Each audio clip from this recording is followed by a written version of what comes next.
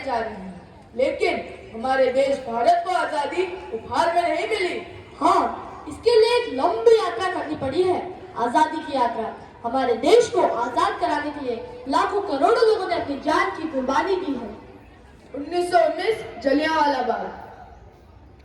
आज हमारा बैसाखी का त्योहार है, परंतु पूरा पंजाब बैसाखी नहीं मनाएगा। हम सब बैसाखी नहीं मनाएंगे। हाँ हाँ, हम सब बैसाखी नहीं मनाएंगे। हम सब बैसाखी नहीं मनाएंगे।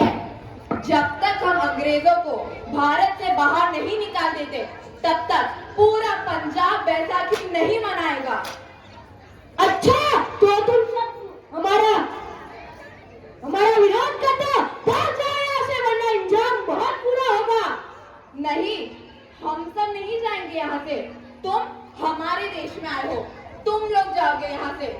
तुमको भारत से भागना होगा। तुमको हमारी बात समझ नहीं आती? देखो, सोल्जर्स फायर!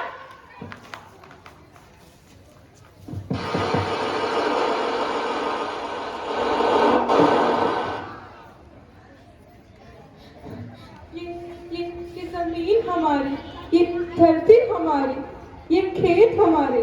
अभी थोड़ी देर पहले तो हमारी सारी फसलें लहरा रही थी, पर इन अंग्रेजों ने हमारी सारी फसलें बर्बाद कर दी। अंग्रेजों, तुम्हारे इस अत्याचार से हम डरेंगे नहीं। तुम्हारे इस अत्याचार का बदला हम लेकर रहेंगे। हम आजादी लेकर रहेंगे। जलियांवाला बाग हर हिंदुस्तानी की आंख नम कर गया। इस कांड में कितने ही मासूमों की आहुति चढ़ गई। इस हैवानियत से इंसानियत कत्ल कर दी गई। जलियांवाला बाग के हत्याकांड ने आजादी की याद में घी देने का काम किया। मासूम औरतों और बच्चों की दर्द भरी सिसकियां और चीखें उनके लाभ का गूंज बनकर उभरी। लाला लाजपत राय, भगत सिंह, राजगुरु, सुखदेव जैसे क्रांतिकारियों ने हमारे इस देश से विदेशी दरिंदों को निकाल फेंकने के मंसूबे मजबूत किए।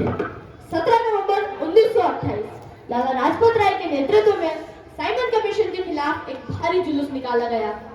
साइमन कमीशन वापस जाओ। साइमन कमीशन वापस जाओ। साइमन कमीशन वापस जाओ। बेवकूफ इंडियंस, तुमको हमारी बात समझ नहीं आती? भाग जाओ यहाँ से। Simon commission, Simon commission, Simon commission नहीं मानता। लाला जी, आप आगे बढ़ो, हम सब आपके साथ हैं। लाला जी संघर्ष करो, हम आपके साथ हैं। लाला जी संघर्ष करो, हम आपके साथ हैं।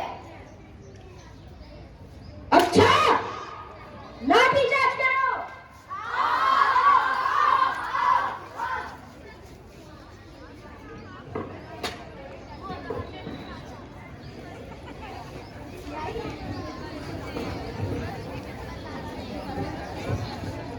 अरे, लाला जी को तो बहुत गहरी चोट लगी है, उनका सर फट गया है। मेरे शरीर में लगी एक एक लाठी अंग्रेज सरकार के कफन में कील का काम करेगी। ये आजादी की लड़ाई रुकनी नहीं चाहिए। ये जिम्मेदारी मैं तुम सबको सौंप जा रहा हूँ।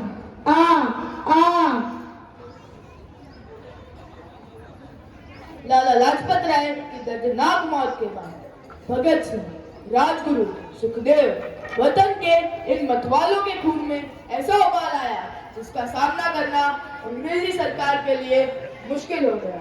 अंग्रेजों को करारा जवाब देने के लिए स्कॉट और सैंडर्स को मारने की रूपरेखा रची गई।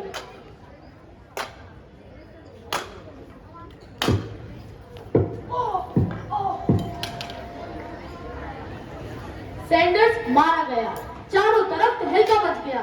दीवारों पर लिखा गया था, लाला जी की मौत का बदला ले लिया गया है।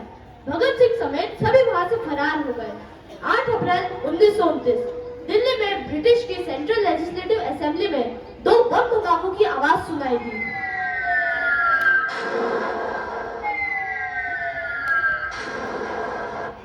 इन बम धमाकों ने ब्रिटिश हुकूमत को हिलाकर रख दिया। इस घटना को अंजाम देने वाले भगत सिंह राजगुरु और सुखदेव ने अपने आप को ब्रिटिश हुकूमत के हवाले कर दिया और 1930 में अदालत ने अपना फैसला सुनाया।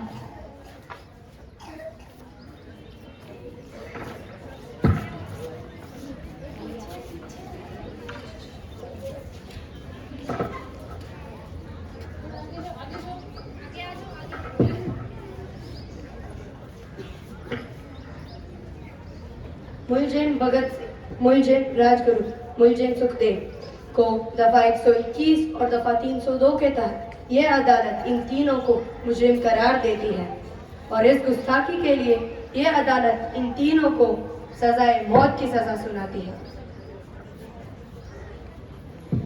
सरफरोशी की तमन्ना अब हमारे दिल में है, देखना है जोर कितना बाजुए का दिल में है। सावधान! भगत सिंह की मां उनसे जेल में मिलने आई है। भगत, मेरे बेटे, तू कैसे है? माँ, मैं चंगा हूँ माँ, फिक्र करने की कोई गल नहीं। नहीं पुत्र, मेरा दिल तेरे दिल की तरह पत्थर दिल नहीं होगा। तेरी ये गल्ला सुनकर मेरा कलेजा फटे जा रहा है। माँ, मेरा दिल पत्थर दिल नहीं है, एक वतन परस्त का दिल है जो मेरे देश प्रेम के जज्बे नूर ताकत देता है। भगत, मेरे पुत्र। माँ, आज मेरी तपस्या पूरी होने जा रही है। जे तू रोई तो मैनू तकलीफ होई आ। सोच तेरा पुत्र आज शादी करने वास्ते जा रहा है। फर्क केवल इतना है कि वह घोड़ी पर नहीं, फांसी पर चढ़ने वास्ते जा रहा है। आज तू क्रांतिकारी की माँ है, कल तू एक शहीद की माँ होगी। माँ, भगत, मेरे पुत्र, तू इतनी छोटी सी उम्र में हम सबको छोड़कर चला जाएगा। तूने अभी अपने जीवन में देखा ही क्या है बेटे?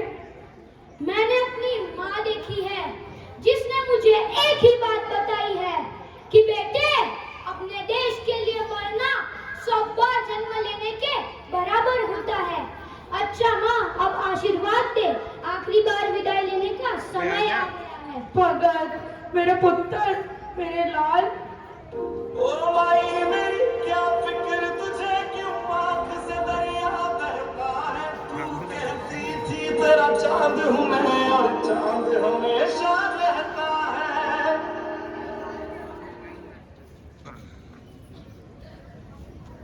दिनांक 23 मार्च 1931 को भगत सिंह को फांसी दी गई।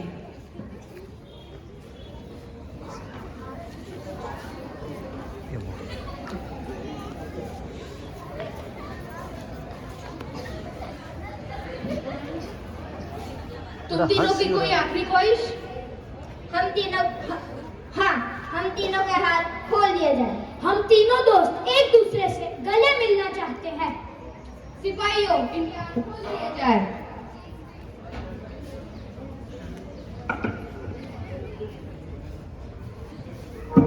है मेरी जमीन अफसोस नहीं, जो तेरे लिए 100 दर्द से महफूज रहे तेरी आन सदा, चाहे जान मेरी ये रहे न रहे। तेरी मिट्टी में मिल जावा गुल बन के मैं खिल जावा, इतनी सी है दिल की आरज़ू।